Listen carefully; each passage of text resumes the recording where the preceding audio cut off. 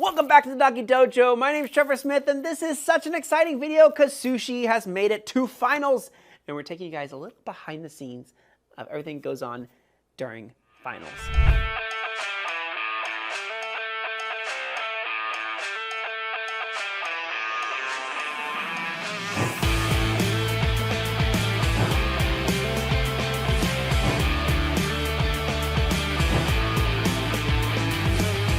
All right.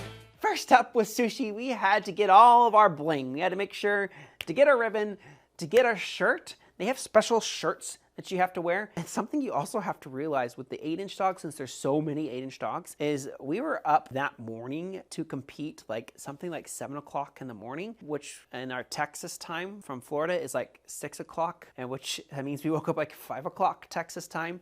And now we're at like 5, 6 o'clock Texas time about to compete. So Sushi's already had like a full 12-hour day. I've already had a full 12-hour day. So last year, Miko made it to finals. This was a lot for her. And so going into this, we had made sure that Sushi got plenty of rest, making sure she is well rested throughout the event, because Miko, by the time we made finals last year, was super tired. And so Sushi, we kept her warmed up. We didn't want to get her cold. 8-inch dogs are first to go on the line, and Sushi was like the 4th or 5th dog to go heading into the event. And we're about to head up onto the plate. When we get there, I'm taking a deep breath. I'm just like, focus, focus. That's one of the things to Sushi, is that she can feel my nerves. And if you see on camera, I was actually pretty proud of myself because I made sure to clear out my whole brain and smile, relax, and just embrace the moment that we're in, which is just running finals. It's just another run, and we're gonna make this happen. Get on line, and we take off. We're heading through the obstacle course. That's a particular choice to make. I know for Sushi, she loves flow over collection. She loves extension over collection. She has to turn tightly. She has super wide turns, cover for her body style. So one point, there's this little area where they do like a wrap to the tunnel, and a lot of people were wrapping to the left of the wing, going into the tunnel, and you can see on the camera they're expecting that from Sushi because she goes out of frame because we wrap to the other side, because I know she does better on slicing an obstacle or a jump, and we hit the tunnel from the other side. So I just kept her an extension going up the dog walk, and this is where things get a little hairy. We get down the dog walk, and I see that she is super excited, and you can hear from the announcer that she just gets the smallest toenail into it, and we don't get called on it. It looks great, and we head off to the seesaw. We go over. And again, I had to make a choice. Do I run her in collection? Do I run her hesitantly? Or do I get up there for a front cross? And man, she was booking it. And I was a little bit late for my front cross, as you can tell. We almost missed the jump.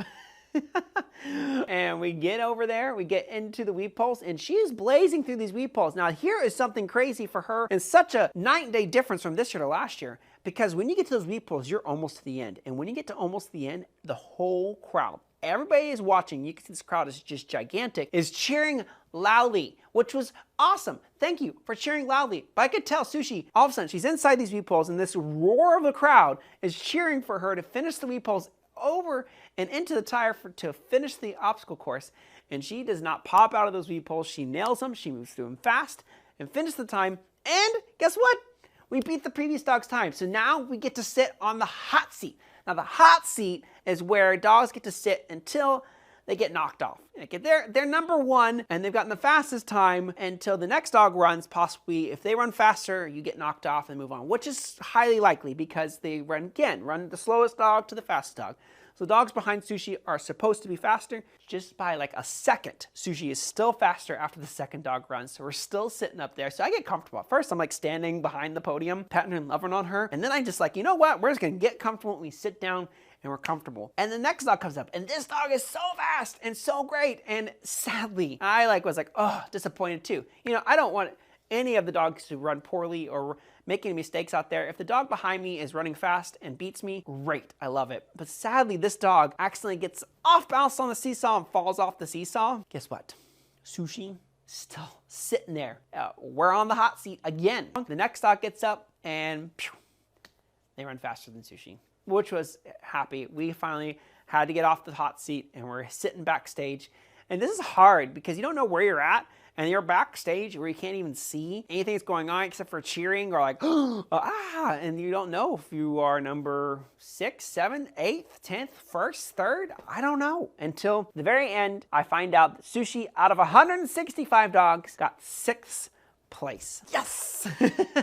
That was so awesome. She ran so great. I'm so proud of her and so thankful for this little girl. Looking back, it's been such an awesome journey with Sushi. I may get emotional here because Sushi, when she first started with me, was very nervous about people and new environments and had a lot of pressure sensitivity. We started agility journey with her in practice and in classes. There's like less people and not so much pressure. She runs fast. She has a blast. She loves to run with me. But then we get to the rings at an agility show and it was too much. She had a lot of nerves. She would constantly sometimes just not even want to run. If she did run in front of a few obstacles and sometimes even leave the ring. And I had to start thinking about her happiness over my wants for her to run this sport. I knew from running in class and in practice, she loved the sport. She loved to run dog agility, but she didn't love it in these high pressure environments. And it took a long time. I did a lot of counter conditioning. I gave her treats around people, around dogs and agility shows, and started to get her to greet people that I knew would be safe, people that were very friendly and were cautious and didn't try to overdo it when it came to greeting her. And she started to realize, you know what? The people here aren't bad. The people here aren't here to get me. The judge isn't here to chase me down.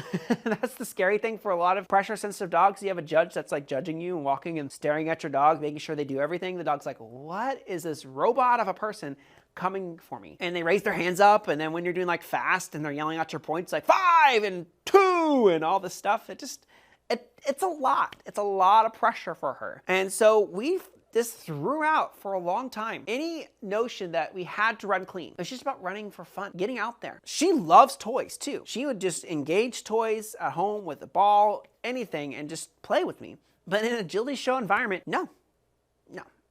But there are some things you can do as well. So things that we did as well as we did some FEOs for exhibition onlys. Basically, you just have a certain amount of time just to do whatever in the course. You can't give them treats. You can use toys, but the toys have to stay in your hands. You can't like play fetch, but you can also snuggle your dog. And Sushi loves snuggles. So we do like 3 or 4 obstacles, snuggle session, 3 or 4 obstacles, snuggle session. And slowly but surely, she got faster and faster to the point where when she started to go and she started to run super fast through the course, we just let her do whatever. Like if I was running and I asked her to do an A-frame and she did an off-course jump like Enya did in invitationals, it was okay. We just kept moving on. We acted like that was part of the course because something in my body, when I telling her my connection with her, told her that the jump was the right answer. So we had made her believe that anything she took was the right answer. Because that's the thing, is that sometimes when they go off course, when they're shy and have pressure sensitivity, you're like, oh, and you try to fix it. Like, even if it was your mistake and you admit that you're like, oh shoot, I should have told them to do this instead. If you stop the run and you stop the flow and you correct what your mistake was as the handler, the dog owns that mistake. They don't necessarily think it was your fault. They always own it for themselves as their fault. So you have to run the course as if they're faultless. They cannot have any faults at all, which brought me to this last year's really hard challenge. Sushi got confident in the ring. She ran fast, but she could not vault in the sense that she would do lots of different off courses. She'd see a tunnel, boom, 20 feet away, she'd fly into that, which was never a problem before because she wanted to be like glue to me and stay within 3 to 5 feet. But now that she has confidence that if I put a toe towards the tunnel that was off course, she'd be in it. And so we had to work on that connection. Like I said earlier, in my previous video, my journey to finals, I wasn't focused on just speed with my dog anymore. I was focused on connection so that we wouldn't get to that point of making a fault or mistake. So the dog would have the understanding that when I was asking him to do a certain obstacle, that I was making sure that they're on line for that obstacle, and that they started to veer offline for the obstacle, that I'd be ready and have something in my brain to get them to the correct line or correct the mistake and make sure they're on that, which was handy because in the journey to invitationals, I think it was round 2, our standard course, she almost went off course. She was heading towards a jump and I had to correct her last minute and get her name really quickly. And if I was just 1/2 a second late to fixing that line, she would have been off course and that would have ended our journey and we would have never made it to finals. So there was a lot, and it took a lot from my coaches. I have some amazing coaches back at home. I have to give shout outs to Jeannie Kerwick, Hannah Clark, Tony Moore, Jerry Brown. All these people broaden your horizon when it comes to training your dog. Like, even if you are doing really smoothly and if it ain't broke, don't fix it kind of scenario, if you feel comfortable with somebody that you feel comfortable with, try other training opportunities. Get your dog in other training environments. That is huge. We call it the world tour in dog agility. I had to get Sushi in all these different types of environments and realize that fun inside of a dog agility show happens everywhere and not just where I train. And that was the big thing, is that a lot of places that I'm lucky enough to train at is also dog agility show sites. Try to get your dog out to more places and get them experience in multiple areas.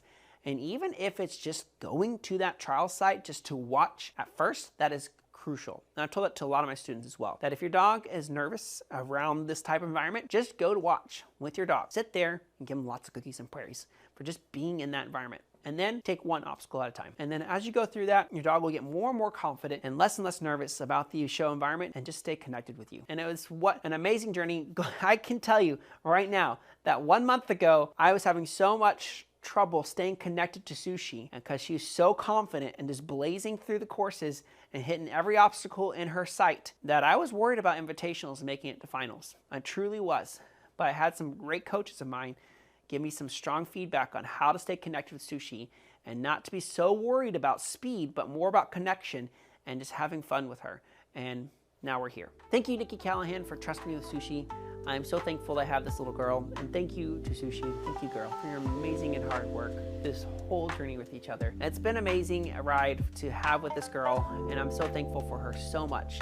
That she has given me her whole heart and has always been there and has pushed past multiple barriers and multiple roadblocks in order to be where we're at today. Thank you for being such an awesome companion. So thank you to everybody. I have so many people to thank. I have my awesome, amazing wife to thank as a constant support. I love doing this wonderful dog agility journey with you. And I have all my amazing coaches and all my amazing friends and family members back at home in Texas just supporting me this whole way. I could feel your support during this whole journey at Dog Agility Invitationals, and I'm thankful for everybody here on the Doggy Dojo that has encouraged me to continue to make videos for y'all. And if you guys loved anything here, or if you have any questions or comments, put them down below, let me know, and we'll be back with some more training videos. And I have some new dogs.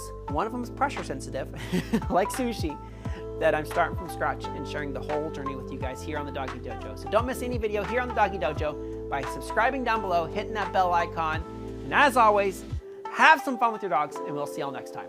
Bye.